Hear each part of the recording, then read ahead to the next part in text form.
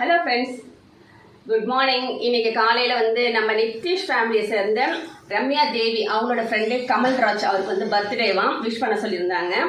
Happy birthday Kamalraj, God bless you. இறைவனோட அருளால் எல்லாமே நல்லதாக நடக்கட்டும். ஹாப்பி பர்த்டே சொல்லித்தியா? Happy birthday Kamalraj. Ramya Devi good morning. அப்புறம் இன்றைக்கி வந்து காலையில் பிரேக்ஃபாஸ்ட் என்னன்னு பார்த்தீங்கன்னா க்ரீமியாக சூப்பராக ஒரு தயிர் சாதம். இது என்ன சாதம்?